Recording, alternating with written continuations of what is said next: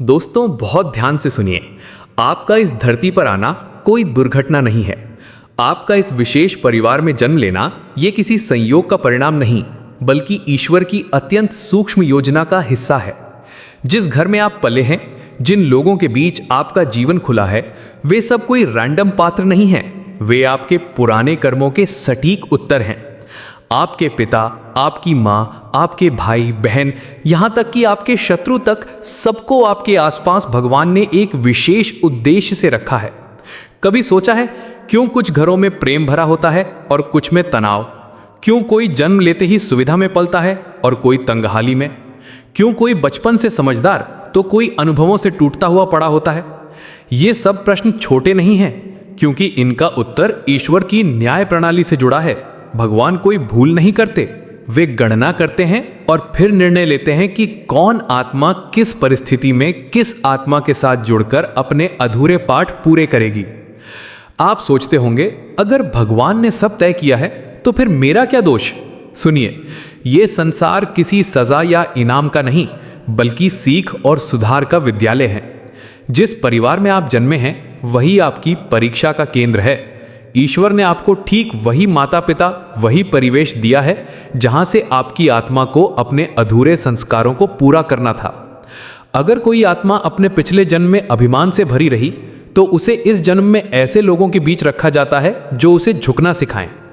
अगर कोई आत्मा किसी को समझ नहीं पाई, तो अब उसे उसी स्थिति में रखा जाता है जहां समझने की पीड़ा महसूस हो।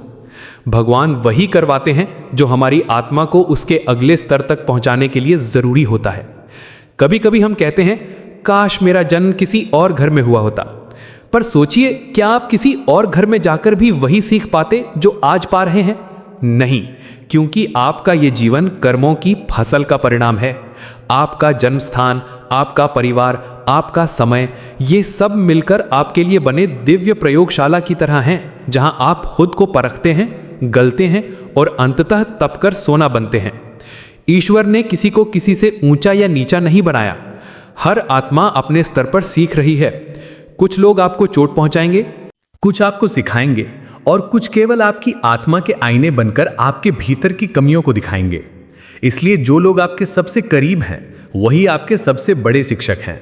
कभी कभी जो आपको सबसे ज्यादा दुख देते हैं, वही आपके लिए सबसे महत्वपूर्ण आत्माएं होती हैं, क्योंकि भगवान ने उन्हें उसी भूमिका में रखा है ताकि आपकी आत्मा विनम्रता, करुणा और धैर्य का स्वाद चखे। और यही बात बहुतों को कठोर लगती है कि भगवान कठोर हैं। हाँ, वे कठोर हैं क्योंकि वे सस्ता प्रेम नहीं देते। वे वो प्रेम देते हैं जो आत्मा को झकझोर दे, उसकी नींद तोड़ दे। वे हमें फूलों से नहीं, कांटों से सिखाते हैं, ताकि अगली बार जब हम किसी और के जीवन में जाएं, तो खुद किसी के लिए फूल बन सकें। भगवान भावुक होकर निर्णय नहीं लेते। वे संतुलित होकर हमें वही देते हैं जो हमारे विकास के लिए आवश्यक है। यही कारण है कि कोई माँ के प्रेम में जन्म लेता है तो कोई उसकी अनुपस्थिति में, कोई पिता के आशीर्वाद में बड़ा होता है तो कोई उसकी छाया के बिना, क्योंकि हर आत्मा का पाठ अलग है और हर जन्म उसकी अगली कक्षा। अब सोचिए, जब आप किसी से कहते हैं, मेरे घर वाले मुझे नहीं समझते, तो क्या आप ये मान लेते हैं कि भगवान ने गलती की? नहीं, उन्होंने आपको वहीं रखा जहां आपकी आत्मा को अपनी स्वीकृति की भूख को समझना था। आपको ये जानना था कि आपको स्वीकार करने वाला कोई और नहीं, बल्कि ईश्वर स्वयं है। जब ये समझ आ जाती है तो शिकायतें मिट जाती हैं और आभार शुरू होता है। आपको परिवार से संघर्ष नहीं करना होता, बल्कि उनसे सीख लेनी होती है। आप उन्हें बदलने नहीं आए हैं, आप अपने भीतर कुछ बदलने आए हैं। यही है जन्म का कारण। कभी ये मत सोचिए कि भगवान ने आपके साथ अन्याय किया है। वे तो केवल न्याय की डोर को इतने सुंदर ढंग से खींचते हैं कि हमें लगता है क्यों मैं, पर भीतर से उनकी आवाज कहती है, क्योंकि अब तुम तैयार हो। अगर आप इस बात को समझ गए कि आपका जन्म, आपके घर का चयन, आपके परिवार के रिश्ते, ये सब दिव्य योजित हैं, तो आपकी आधी उलझनें आज ही खत्म हो जाएंगी। आपके दुख का कारण ये नहीं कि भगवान दूर हैं, बल्कि ये कि आप उनके खेल को समझ नहीं पाए। भगवान कोई भी आत्मा गलत जगह नहीं भेजते। वे उस स्थान पर भेजते हैं जहां आत्मा को उसकी सबसे बड़ी सीख मिलनी होती है, और वही परिवार कहलाता है। तो जब अगली बार आपके मन में ये सवाल उठे, क्यों मैं इस परिवार में, तो बस मुस्कुराइए और कहिए, क्योंकि यही मेरा कक्षा कक्ष है और यही मेरे भगवान का निर्णय है। अब अगर ये बात आपके दिल को छू रही है, अगर आपको लगा कि भगवान के निर्णय में वाकई गहराई है, तो कमेंट में बस इतना लिखिए, मैं ईश्वर के निर्णय पर भरोसा रखता हूं। अब धीरे धीरे अगले हिस्से में हम और गहराई में उतरेंगे, जहां समझेंगे कि ईश्वर ने हमारे परिवार के हर सदस्य को कौन सी भूमिका देकर भेजा है और कैसे उनका हर व्यवहार हमारे ही कर्मों का दर्पण है। यही वो हिस्सा है जहां आत्मा सच्ची समझ को छूती है। हर आत्मा अपने आसपास के लोगों से जुड़ी होती है, जैसे एक अदृश्य धागा जो जन्मों जन्मों तक चलता है। आपके माता पिता, आपके भाई बहन, आपके बच्चे, ये सभी आत्माएं पहले से आपके साथ किसी न किसी रूप में जुड़ी रही हैं। कभी आपने किसी को दुख दिया था तो इस जन्म में वही आत्मा आपके जीवन में आई है ताकि आप महसूस करें कि वो दुख क्या होता है। कभी आपने किसी की मदद की थी तो वही आत्मा अब आपके परिवार के रूप में आई है ताकि वही प्रेम आपको लौटाया जाए। हर रिश्ता केवल वर्तमान का नहीं, वो कर्मों की पुरानी कड़ी है जो ईश्वर ने बिल्कुल सटीक रूप से दोबारा गूंथी है। यही कारण है कि कोई बच्चा जन्म से अपने पिता से डरता है और कोई मां के बिना भी संतुष्ट रहता है, क्योंकि आत्माएं अपने बीच के पुराने बंधन लेकर ही आती हैं। भगवान सब जानते हैं, वे किसी को किसी के घर में यूं ही नहीं भेजते। वे उस आत्मा को उस घर में उतारते हैं जहां उसकी अधूरी यात्रा पूरी हो सके। कभी आप किसी को बहुत प्यार करते हैं और वो आपको समझ नहीं पाता, तो जानिए उस आत्मा के साथ आपकी कोई पुरानी कहानी अधूरी थी। भगवान चाहते हैं कि अब आप उस अधूरी कहानी को प्रेम, समझ और क्षमा से पूरा करें। आपके परिवार में हर व्यक्ति एक आईना है जो आपके भीतर की किसी कमजोरी को दिखा रहा है। जो आपको क्रोध दिलाता है वो आपके भीतर के अधैर्य का दर्पण है। जो आपको तिरस्कार दिखाता है वो आपके भीतर के अहंकार को जगाता है, और जो आपको प्रेम देता है वो आपको ये याद दिलाता है कि ईश्वर आपके अंदर भी प्रेम बनकर बैठा है। आपको केवल पहचानना है कि कौन क्या सिखाने आया है। भगवान कभी सीधे नहीं बोलते, वे लोगों के रूप में बोलते हैं। वे माँ के रूप में बोलते हैं जो हर दर्द में कहती है सब ठीक हो जाएगा। वे पिता के रूप में बोलते हैं जो कठोर शब्दों में भी सुरक्षा की भावना रखता है। वे भाई के रूप में बोलते हैं जो मजाक में भी आपका साथ नहीं छोड़ता। वे बहन के रूप में बोलते हैं जो बिना बोले समझ जाती है। और कभी वे उस रिश्ते के रूप में बोलते हैं जिसे आप सबसे कठिन समझते हैं, ताकि आप धैर्य का अर्थ जान सकें। आपका परिवार आपके खिलाफ नहीं है, वे केवल वो माध्यम है जिनसे भगवान आपको आपके असली रूप तक पहुंचा रहे हैं। आपके जीवन में जो झगड़े, असहमति और अपेक्षाएं हैं, वे भगवान की बनाई हुई प्रक्रिया हैं ताकि आप अपने भीतर झांक सके। अगर सब आसान होता तो कोई कुछ सीखता ही नहीं। भगवान जानते हैं कि सच्ची समझ केवल पीड़ा से आती है, और इसीलिए उन्होंने हमें उस जगह रखा है जहां हमारे भीतर का अंधकार सबसे जल्दी उजाला पा सके। अगर कोई कहता है कि उसका परिवार उसका भाग्य बिगाड़ रहा है, तो सच ये है उसका परिवार उसका भाग्य नहीं, उसका प्रतिबिंब है। जो आत्मा जैसी है उसे वैसी ही परिस्थितियां मिलती हैं। आपका परिवार वही है जो आपकी आत्मा को सुधारने में मदद करे। भगवान ने आपको वहां भेजा है जहां आपकी परीक्षा सबसे कठिन होगी, क्योंकि वहीं आपका उत्थान छिपा है। जो व्यक्ति अपनी आत्मा को जीतना चाहता है उसे भगवान सबसे कठोर परिस्थितियों में डालते हैं, क्योंकि भगवान जानते हैं आराम आत्मा को सुला देता है, लेकिन संघर्ष उसे जागृत कर देता है। आपके घर का माहौल, आपके परिवार के स्वभाव, ये सब आपके पिछले कर्मों की आवाजें हैं। ईश्वर वही करवाते हैं जो आपने कभी दूसरों के साथ किया। आज जो आपको समझ नहीं रहा, शायद पिछले जन्म में आपने किसी को समझे बिना ही छोड़ दिया था। आज जो आपको अपमानित करता है, शायद कभी आपने किसी की भावनाओं का मूल्य नहीं समझा था। ईश्वर न्याय नहीं करते, वे संतुलन बनाते हैं। वे ये सुनिश्चित करते हैं कि हर आत्मा वही अनुभव करे जो उसने किसी और को दिया, क्योंकि तभी तो सीख पूरी होती है, चक्र बंद होता है और आत्मा मुक्त होती है। लेकिन ये बात तभी समझ आती है जब मन शांत हो। जब हम दुख के बीच में होते हैं तब ये सब सिद्धांत जैसा लगता है, पर भगवान का खेल सिद्धांतों का नहीं, अनुभव का है। वो आपको उस आग में डालते हैं जहां अहंकार पिघलता है। वो आपको उसी घर में भेजते हैं जहां मैं सही हूं की भावना टूटती है, और जब वो टूट जाती है तभी ईश्वर का प्रकाश भीतर उतरता है। याद रखिए, परिवार केवल खून का रिश्ता नहीं होता, यह आत्माओं का बंधन है। ईश्वर ने इन आत्माओं को एक साथ रखा है ताकि आप में करुणा जागे, आप में समझ जागे, और सबसे बढ़कर आप में वो विनम्रता जागे जो केवल जानने से नहीं बल्कि जीने से आती है। भगवान की दृष्टि से परिवार किसी पुरस्कार या दंड का स्थान नहीं है, यह प्रयोगशाला है जहां आत्मा का विकास होता है।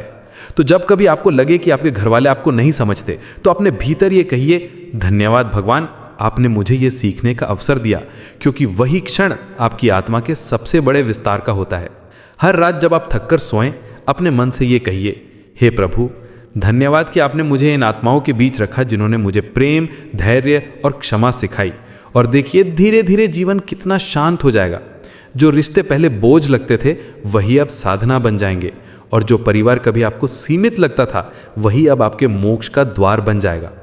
अब इस बिंदु पर रुकिए, एक क्षण भीतर देखिए कि आपने कभी सोचा था कि आपका जन्म इतना अर्थपूर्ण है, कि आपका परिवार कोई सामान्य जगह नहीं बल्कि भगवान का चयनित आत्मिक क्षेत्र है। अगर ये बात आपके हृदय को छू रही है तो ये संदेश आपके लिए ही था। अब तैयार हो जाइए अगले और अंतिम हिस्से के लिए, जहां हम जानेंगे कि जब आत्मा इस समझ तक पहुंच जाती है कि सब कुछ ईश्वर का है, तो परिवार, संबंध और जीवन सब एक ही प्रकाश में विलीन हो जाते हैं। जब आत्मा ये समझ लेती है कि उसका परिवार कोई संयोग नहीं बल्कि ईश्वर की योजना का माध्यम है, तो जीवन अचानक बदलने लगता है। वो हर रिश्ते में अर्थ खोजने लगती है, हर चोट में संदेश, हर मौन में एक दिव्य संवाद सुनाई देने लगता है। और ये वही क्षण होता है जब इंसान पहली बार ईश्वर को समझना शुरू करता है।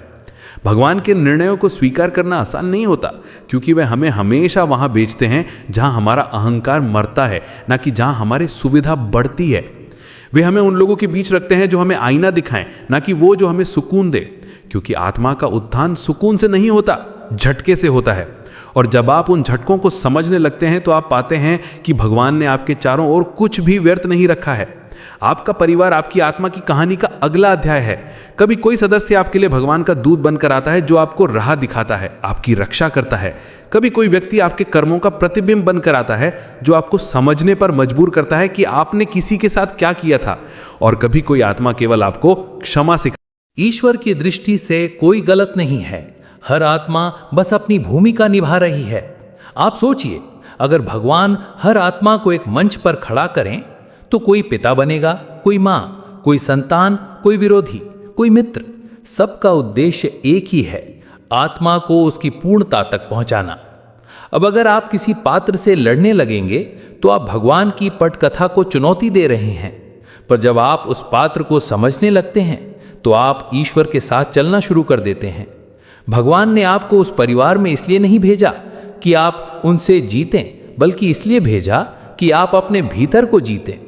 जो आत्मा ये बात समझ लेती है वो कभी किसी से रुष्ट नहीं रहती। वो जानती है कि ये सब उसी का खेल है।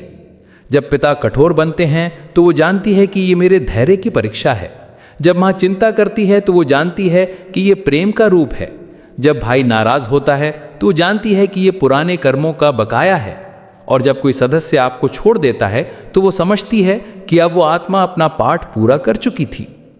हर मिलन का एक उद्देश्य होता है और हर बिछुड़ना एक आशीर्वाद। भगवान कभी गलती नहीं करते, वे केवल आत्माओं की अदला बदली करते हैं ताकि हर आत्मा अपनी यात्रा पूरी कर सके। जो आज आपके परिवार में हैं वे शायद कल किसी और आत्मा के साथ होंगे, पर उनका आपके जीवन में होना यह आपकी आत्मा के पाठों का संकेत है। जब आप ये जान जाते हैं कि मेरा परिवार ईश्वर की दी हुई कक्षा है तो शिकायतें खत्म हो जाती हैं। फिर चाहे किसी ने आपको धोखा दिया हो या प्यार, आप उसे भी प्रणाम करते हैं, क्योंकि आप समझते हैं कि वो केवल एक माध्यम था। ईश्वर ने उसके माध्यम से मुझे कुछ सिखाया। और जो ये समझ लेता है वो फिर कभी दूसरों से बदला नहीं लेता। वो केवल भगवान से कहता है, धन्यवाद, आपने मुझे दिखाया कि मेरे भीतर क्या बदलना था। यही सच्ची भक्ति है, जहाँ इंसान भगवान से सिर्फ मांगना नहीं, उनके निर्णय को भी समझना सीख लेता है।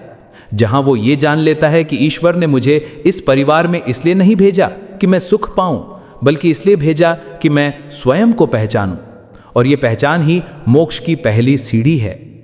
जब आप ये महसूस करने लगते हैं कि ये सब मेरे लिए ही है, तो क्रोध, दुख और पीड़ा सब अपने अर्थ खो देते हैं। फिर हर सुबह आप अपने परिवार को देखकर मुस्कुराते हैं। आप समझते हैं कि ये आत्माएं मुझे उसी ईश्वर की ओर ले जा रही हैं जिससे मैं आया हूं। जब आत्मा इस स्थिति में पहुंचती है तो परिवार अब बंधन नहीं रहता, वो साधना बन जाता है। हर संवाद अब विवाद नहीं बल्कि तपस्या बन जाता है। हर रिश्ते की जटिलता अब भगवान का संगीत लगने लगती है। और फिर आत्मा कहती है, प्रभु धन्यवाद कि आपने मुझे इन आत्माओं के बीच रखा। इनसे ही मैंने सीखा कि प्रेम क्या है, धैर्य क्या है और त्याग क्या है। उस क्षण आत्मा स्वतंत्र हो जाती है, क्योंकि अब वो किसी से कुछ चाहती नहीं, वो केवल अनुभव करना चाहती है। अब परिवार उसके लिए केवल संबंध नहीं, प्रभु का प्रतिरूप है। वो हर चेहरे में भगवान को देखने लगती है और यही वो अवस्था है जहां मनुष्य भक्त बनता है। भगवान कभी सीधे नहीं कहते मैं हूं, वे रिश्तों के रूप में प्रकट होते हैं और धीरे धीरे कहते हैं पहचानो मुझे। जो पहचान लेता है वो धन्य हो जाता है, क्योंकि तब उसके लिए जीवन का हर क्षण भक्ति का मार्ग बन जाता है और यहीं पर आपकी ये यात्रा अपने चरम पर पहुंचती है। अब जब भी जीवन में ये प्रश्न उठे मेरा जन्म इस परिवार में क्यों हुआ, तो भीतर से उत्तर दीजिए क्योंकि प्रभु ने मुझे यही दिया जहां मेरी आत्मा को खुद से मिलना था। अगर ये बात आपके भीतर तक उतर गई हो, अगर आपने महसूस किया कि हर रिश्ता वास्तव में ईश्वर का संदेश है, तो इस क्षण बस अपने हृदय से एक धन्यवाद निकलने दीजिए। कमेंट में लिखिए धन्यवाद प्रभु, आपने मुझे मेरे कर्मों की सच्चाई दिखा दी। और इस वीडियो को लाइक कीजिए, क्योंकि शायद किसी और की आत्मा को भी ये संदेश चाहिए। आप अभी भक्ति के मार्ग पर हैं, जहाँ हर शब्द आत्मा को छूने के लिए लिखा जाता है, जहाँ हर कहानी भगवान तक पहुँचने की सीढ़ी बनती है। धन्यवाद दोस्तों।